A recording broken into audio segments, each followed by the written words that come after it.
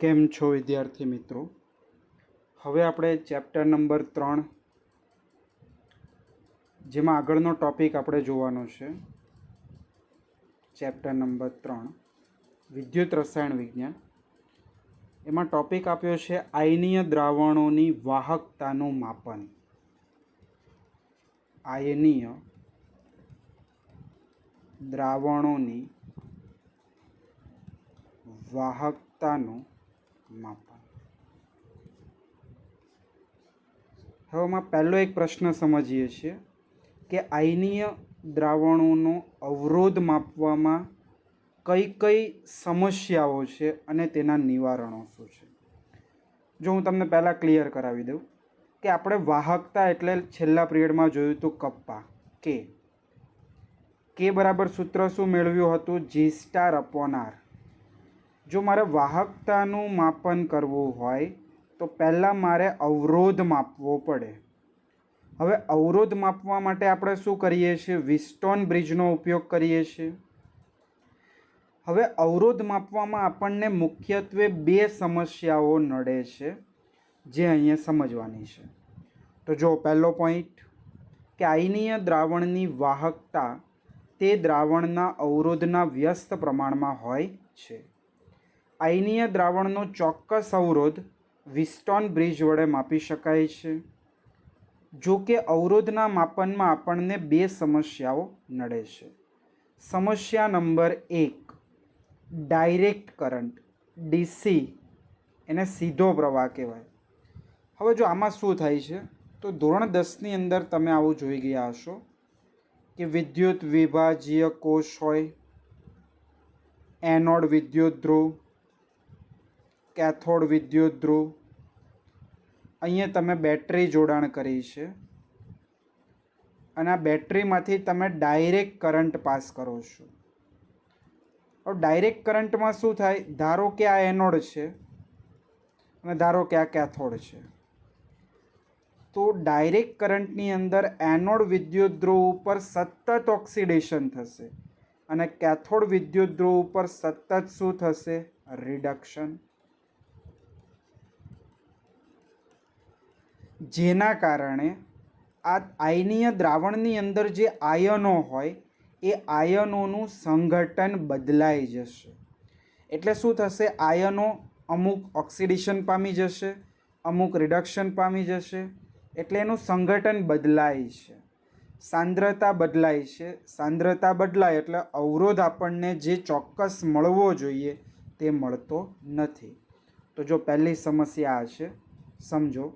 સીધો પ્રવાહ પસાર કરાય તો દ્રાવણની વિદ્યુત વિભાજીય થઈને સંઘટન બદલાય છે. વિદ્યુત વિભાજન થઈને શું થઈ જશે? એનું સંઘટન બદલાઈ જશે અને દ્રાવણની સાંદ્રતા તથા અવરોધ પણ બદલાતો રહે છે, જે ધ્રુવીયકરણ અસર છે. તો આનું નિવારણ શું? આનું સોલ્યુશન શું? તો તમારે ડાયરેક્ટ કરંટની જગ્યાએ હવે અલ્ટરનેટ કરંટ ઉપયોગ કરવાનો. એસી એટલે અલ્ટરનેટ કરંટ. અલ્ટરનેટ કરંટ એટલે શું થશે? ઉલટ સુલટ પ્રવાહ. તો હવે હું અહીંયા ડીસીને કાઢીને શું લગાવી દઉં? એસી. જો અલ્ટરનેટ કરંટ વાપરવામાં આવે તો વિદ્યુત ધ્રુવ, ધારો કે આ એનોડ છે, એ ઘડીક એનોડ તરીકે વર્તે, પછી કેથોડ તરીકે, એનોડ તરીકે, કેથોડ તરીકે. એટલે એક ધારી સતત ઓક્સિડેશન અને રિડક્શન પ્રક્રિયા નહીં થાય. એનોડ ઉપર ઓક્સિડેશન અને જો કેથોડ તરીકે વર્તે તો પાછું રિડક્શન થવા મળશે. એટલે જે આયનો છે એ આયનો વિદ્યુત ધ્રુવ ઉપર ડિપોઝિટ નહીં થાય. એટલા માટે અહીંયા આપણે ઉપયોગ કરીએ છીએ એસી કરંટનો. તો અહીંયા તમને આપેલું છે, બરાબર, આયનું નિવારણ. ચલો સમસ્યા નંબર 2. તો ફિઝિક્સની અંદર આપણે શું કરીએ? વ્હીટસ્ટોન બ્રિજ હોય એને ધાત્વીય તાર મારફતે આપણે જોડી દઈએ છીએ અને અવરોધ માપી લઈએ છીએ. પણ અહીંયા તો આપણે આ દ્રાવણનો અવરોધ માપવાનો છે. આની અંદર આપણે જે આયનીય દ્રાવણ ભર્યું હોય એનો અવરોધ માપવાનો છે. ફિઝિક્સમાં તો શું, તમારે વિદ્યુત તારનો અવરોધ માપવાનો હોય એટલે તાર ડાયરેક્ટ જોડી દો. તો અહીંયા એના માટે આપણે ખાસ ડિઝાઇન કરેલા વાહકતા કોષની રચના કરવામાં આવે.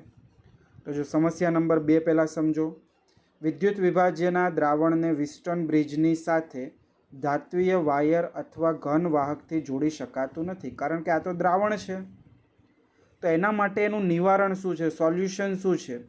તો આ બીજી સમસ્યાને દૂર કરવા માટે ખાસ ડિઝાઇન કરેલું એક પાત્ર અથવા એક સાધન અથવા એક ઉપકરણ વપરાય છે, જેને વાહકતા કોષ કહીએ છીએ. આ વાહકતા કોષમાં આયનીય દ્રાવણ ભરીને તે દ્રાવણનો અવરોધ અને વાહકતા માપવામાં આવે છે. ક્લિયર? બીજો પ્રશ્ન જુઓ, શું છે વાહકતા કોષની રચના અને તેનો ઉપયોગ. આપણે કીધું વાહકતા કોષ એટલે એક ઉપકરણ બનાવ્યું છે જેની અંદર આપણે શું કરીએ, વિદ્યુત વિભાજ્ય દ્રાવણ ભરીએ. તો અહીંયા જાણીતા 2 વાહકતા કોષ લખ્યા છે, બરાબર. આ એક પહેલી ડિઝાઇન છે, આ બીજી ડિઝાઇન છે. આ એક નળાકાર પાત્ર જેની અંદર આ વિદ્યુત ધ્રુવો છે, બરાબર. પ્લેટિનાઇઝ્ડ પ્લેટિનમના વિદ્યુત ધ્રુવો, બંને પ્લેટિનમ ધાતુ છે જેના પર પ્લેટિનમ બ્લેકનો ઢોળ ચડાવેલો છે અને અહીંયા એને વાહક તાર મારફતે વડે જોડી દેવામાં આવે છે. આ પણ એક વાહક તાર છે, જોડાણ કરતો વાયર છે આ બંને. ઉપરથી તમારે શું ભરવાનું હોય છે, આયનીય દ્રાવણ ભરવાનું હોય છે. તો પહેલી ડિઝાઇન આ પ્રકારની, બીજી ડિઝાઇન સેમ આ પ્રકારની છે પણ ઊભો સિલિન્ડર છે. આ એક પાત્ર છે નળાકાર, જેમાં આ બંને શું છે, વિદ્યુત ધ્રુવો, જેમાં નીચે પ્લેટિનમના પતરા વાપર્યા છે, પ્લેટિનમ બ્લેકનું ઢોળ ચડાવેલું છે અને ઉપરથી આપણે વાહક વાયર બહાર કાઢીને આ વાહક વાયરને કોની સાથે જોડવાનો હોય છે, તો વિસ્ટોન બ્રિજ સાથે. ક્લિયર? તો જુઓ હવે નીચે થિયરીની અંદર કે તે વિદ્યુત વિભાજ્ય દ્રાવણની આયનીય વાહકતા અથવા અવરોધ માપવાનું સાધન છે. કોણ? તો કે વાહકતા કોષ. વાહકતા કોષની ઘણી ડિઝાઇનો મળે છે. વાહકતા કોષની 2 સાદી ડિઝાઇન આપણે આકૃતિમાં સમજાવી. રચના કઈ રીતે હોય, તો મૂળભૂત રીતે આ કોષ 2 પ્લેટિનમના ધ્રુવો ધરાવે છે. દરેક પ્લેટિનમ ધ્રુવ પર પ્લેટિનમ બ્લેકનું અસ્તર ચડાવેલું હોય છે. આમાં પ્લેટિનમ ધ્રુવ ઉપર વિદ્યુત રાસાયણિક રીતે સૂક્ષ્મ વિભાજિત પ્લેટિનમનો બારીક કણો નિક્ષેપિત કરેલા હોય છે. એટલે કે પ્લેટિનમનું જે આ પતરું હોય એના ઉપર પ્લેટિનમના નાના નાના કણો ઇમ્બેન્ડિંગ કરેલા હોય છે, એટલે કે ગોઠવેલા હોય છે, જોડેલા હોય છે. આ રીતે પ્લેટિનમનો ઢોળ ચડાવેલો હોય છે. આ ઇલેક્ટ્રોડ એટલે કે વિદ્યુત ધ્રુવ ઉપર પ્લેટિનમ બ્લેકનું અસ્તર ધ્રુવીકરણ અસર અને પ્રક્રિયાઓને ઘટાડે છે, અટકાવે છે. ઉપયોગ શું છે, તો વાહકતા કોષની મદદથી અજ્ઞાત દ્રાવણની વાહકતા તથા અવરોધ માપી શકાય છે. ત્રીજો પ્રશ્ન અહીંયા ઇમ્પોર્ટન્ટ છે, થોડો સમજજો. વાહકતા કોષનો અચળાંક શું છે? તો જો ઉપર મેં તમને હમણાં એક વાહકતા કોષની રચના સમજાવી. ચલો આપણે એ રચના જ અહીંયા દોરીએ કે વાહકતા કોષની રચનામાં આવી રીતે છે. મારી પાસે સિલિન્ડર,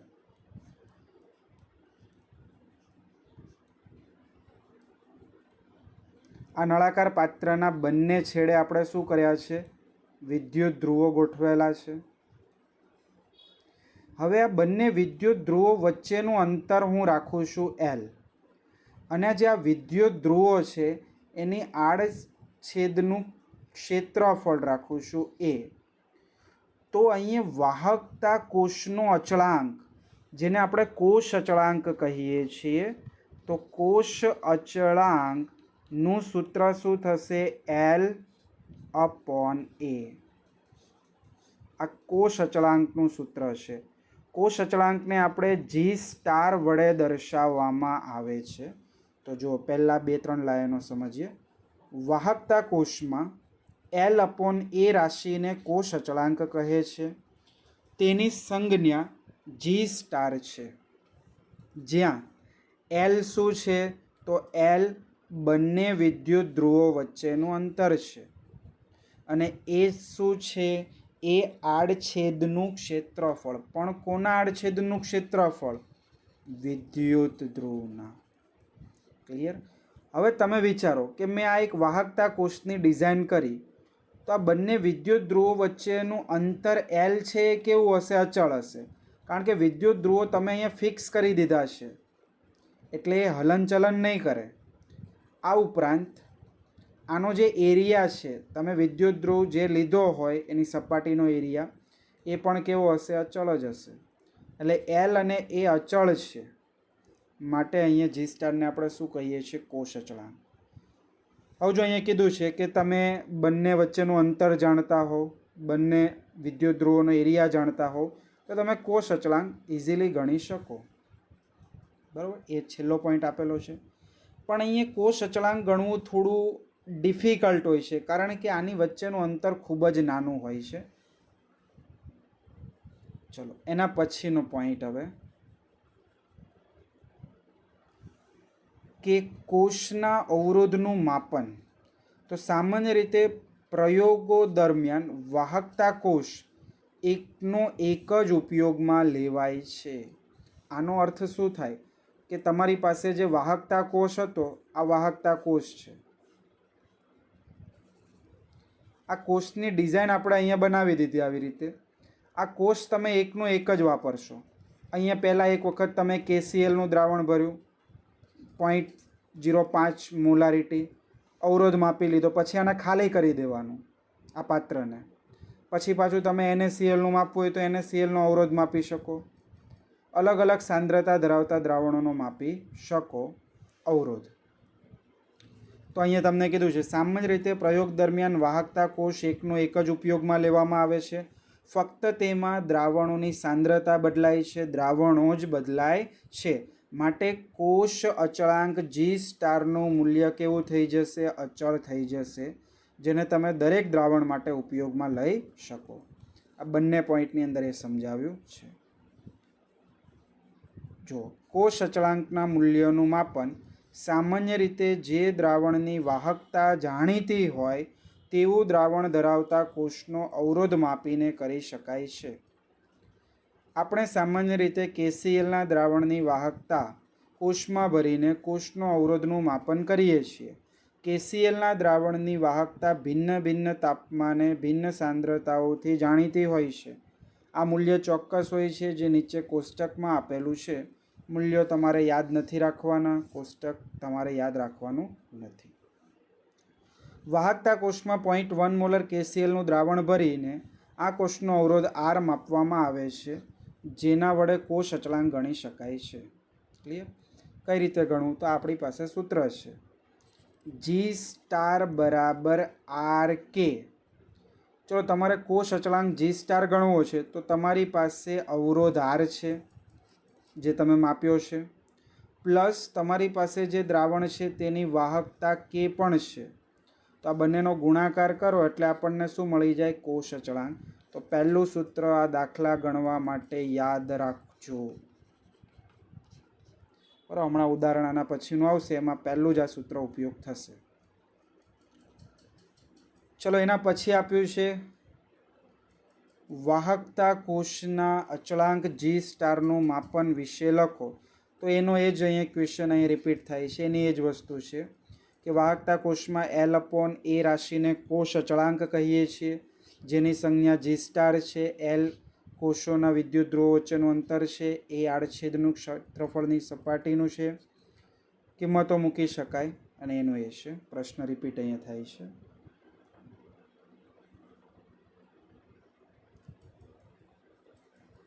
ચલો એના પછીનો પ્રશ્ન અહીંયા 5મો જોઈએ કે વિદ્યુત વિભાજ્યના દ્રાવણના અવરોધનું માપન અને ગણતરી. હવે અહીંયા આપણે વિસ્ટન બ્રિજનો ઉપયોગ કરીશું. તો જો પહેલી વસ્તુ આપણે શું કરવું પડે છે? વાહકતા કોષનો કોષ અચળાંક નક્કી કરવો પડે છે. તો કોષ અચળાંક કઈ રીતે નક્કી કરાય? તો મેં તમને કીધું જી સ્ટાર બરાબર R/K. તમે આપેલ દ્રાવણનો અવરોધ અને વાહકતા જાણતા હો તો તમે કોષ અચળાંક માપી શકો. તો આ કોષનો ઉપયોગ કરીને કોઈ પણ દ્રાવણનો અવરોધ અથવા આયનીય વાહકતાનું માપન કરી શકાય છે. રીત, જાણીતી સાંદ્રતાના દ્રાવણની વાહકતા કોષમાં ભરી એસી વિદ્યુત સ્ત્રોત સાથે જોડી વિસ્ટન બ્રિજની સાથે જોડાણ કરાય છે. કોષ અચળાંકની ગણતરી ફરીથી એનો જ પોઈન્ટ આપ્યો છે. હવે જો તમારે આ વિસ્ટન બ્રિજ છે, અવરોધ કઈ રીતે માપવો એ સમજજો. તો જો આખી ડિઝાઇન બતાવી દઉં કે આ રીતે તમે પહેલાં ઉપયોગ કર્યો વાહકતા કોષ. આ બે વિદ્યુત ધ્રુવો, અહીંયાથી આપણે વાયર બહાર કાઢ્યા.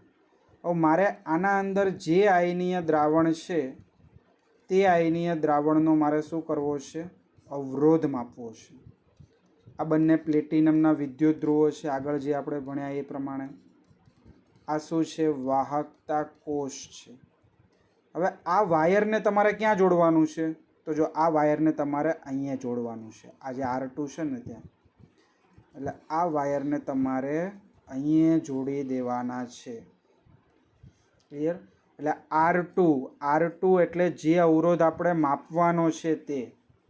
પછી અહીંયા R4, R3, R1 કોઈ પણ લઈ શકાય. આ સંસૂચક છે, અહીંયા ગેલ્વેનોમીટર પણ જોડી શકાય. અને આ બેટરીનો પુરવઠો છે. તમારે અહીંયા ગેલ્વેનોમીટરમાં જે રીડિંગ આવે, આ રીડિંગ તમારે કેટલું લાવવાનું છે? 0 લાવવાનું છે. જો રીડિંગ 0 આવી જાય તો ડાબી બાજુનો અવરોધનો ગુણોત્તર બરાબર જમણી બાજુના અવરોધનો ગુણોત્તર. એટલે આવું સૂત્ર મળે, R2/R4 બરાબર R1/R3. હવે તમારે આ અજ્ઞાત અવરોધ જે તમારે જાણવાનો છે, જો આ બધા જાણીતા અવરોધ હોય આપણે, તો અજ્ઞાત અવરોધનું મૂલ્ય હવે તમે અહીંયા મેળવી શકો. કઈ રીતે? તો તમે R2ને સૂત્ર કરતાં કરો એટલે R4 સામે જાય, એટલે R1/R4/R3 આવી રીતે મેળવી શકાય. આ બધી થિયરી તમને અંદર આપેલી છે, તો એક વખત જોઈ લો આને.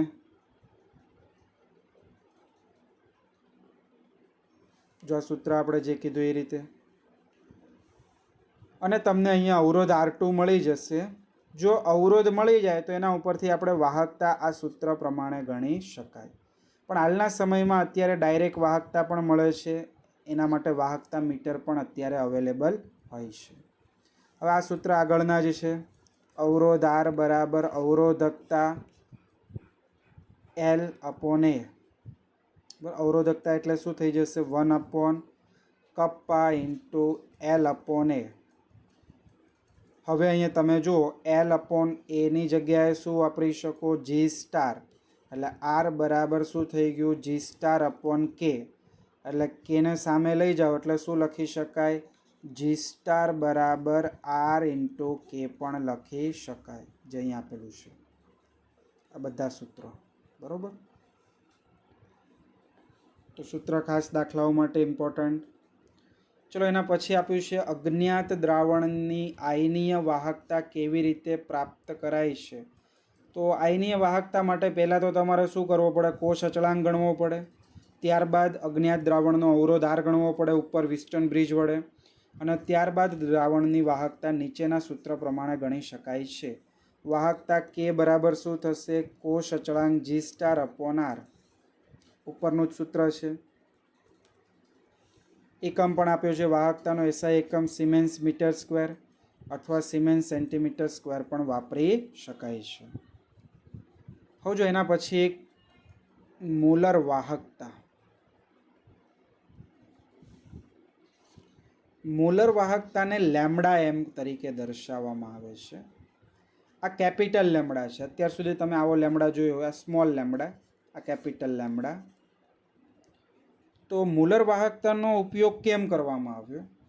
તેનું કારણ છે, ચોક્કસ તાપમાને એક જ દ્રાવકમાં ભિન્ન વિદ્યુત વિભાજ્યના દ્રાવણોની વાહકતા જુદી જુદી હોય છે. કારણ કે વિદ્યુત વિભાજ્ય જે આયનોમાં વિયોજિત થાય છે તે આયનોનો વીજભાર અને કદ છે. આ આયનો કેટલી સરળતાથી આયનોના સાંદ્રણ અથવા પોટેન્શિયલ દ્રાવણતાની અસરના હોવાથી ઘૂમે અને તેના ઉપરના હોય છે. આમ દ્રાવણની આયનીય વાહકતાને વધારે અર્થપૂર્ણ બનાવવા માટે મોલર વાહકતાનો ઉપયોગ થાય છે. જો આની અંદર તમને આ પોઈન્ટમાં કંઈ નહીં ખબર પડે, સિમ્પલ લેંગ્વેજમાં આપણે અહીંયા સમજીએ તો આવી વસ્તુ છે કે 3 વિદ્યાર્થી હોય, એ, બી અને સી. ત્રણને હું આપી દઉં કે ભાઈ KClના દ્રાવણનો મારે વાહકતા માપવી છે. તો 3ની વાહકતાના મૂલ્ય અલગ અલગ આવશે. કેમ? કારણ કે આ 3 KClનું દ્રાવણ અલગ અલગ સાંદ્રતાવાળું બનાવ્યું હશે. તો અહીંયા આપણે એક નવી રાશિ દાખલ કરવી પડે, જેને મોલર સાંદ્રતા કહીએ છીએ. મોલર સાંદ્રતા એટલે 1 મોલર દ્રાવણની સાંદ્રતા. હવે તમને હું મોલર સાંદ્રતા ઉપરથી મોલર વાહકતા માપવાનું કહું એટલે દરેક શું કરશે, 1 મોલર દ્રાવણ બનાવશે અને એની વાહકતા માપશે. એટલે 3ના જે રીડિંગ હશે એ રીડિંગ હવે સમાન આવશે.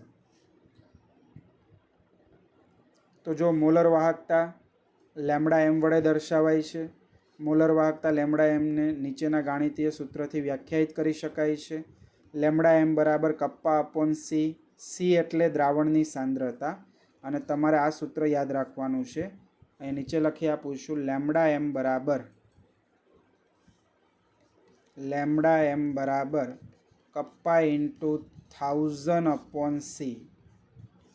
λm એટલે મોલર વાહકતા. મોલર વાહકતા બરાબર કપ્પા એટલે વાહકતા, અને સીને શું કહીશું આપણે? મોલર સાંદ્રતા. આ મોલર વાહકતા છે. ધારો કે નોર્મલ વાહકતા પૂછી હોય તો λn બરાબર શું થશે? K × 1000/n. n એટલે નોર્માલિટી. આ સૂત્ર ચોપડીમાં નથી આપ્યું. n એટલે શું થશે અહીંયા? નોર્માલિટી. અને આને શું કહીશું આપણે? નોર્મલ વાહકતા અથવા તુલ્ય વાહકતા પણ કહેવાય. તુલ્ય વાહકતા. તો આ સૂત્ર અહીંયા યાદ કરવું. મોલર વાહકતાના દાખલાઓ છે આપણા સિલેબસમાં. હવે મોલર વાહકતાનો એકમ શું છે? સિમેન્સ મીટર²/મોલ. અને નાના એકમમાં શું વાપરી શકાય? સિમેન્સ સેન્ટીમીટર²/મોલ ઇન્વર્સ. તો બસ આજના પિરિયડમાં એટલું કમ્પ્લીટ કરજો. નેક્સ્ટ પિરિયડમાં આપણે આના જે દાખલાઓ છે, મોલર વાહકતા છે, પછી બીજું તમારે અવરોધ શોધવાના આવે, વાહકતા, પ્રતિરોધકતા, એના 2 ઉદાહરણો છે અને 3 જેવા સ્વાધ્યાયમાં દાખલાઓ છે, એ બધા આપણે ગણીશું.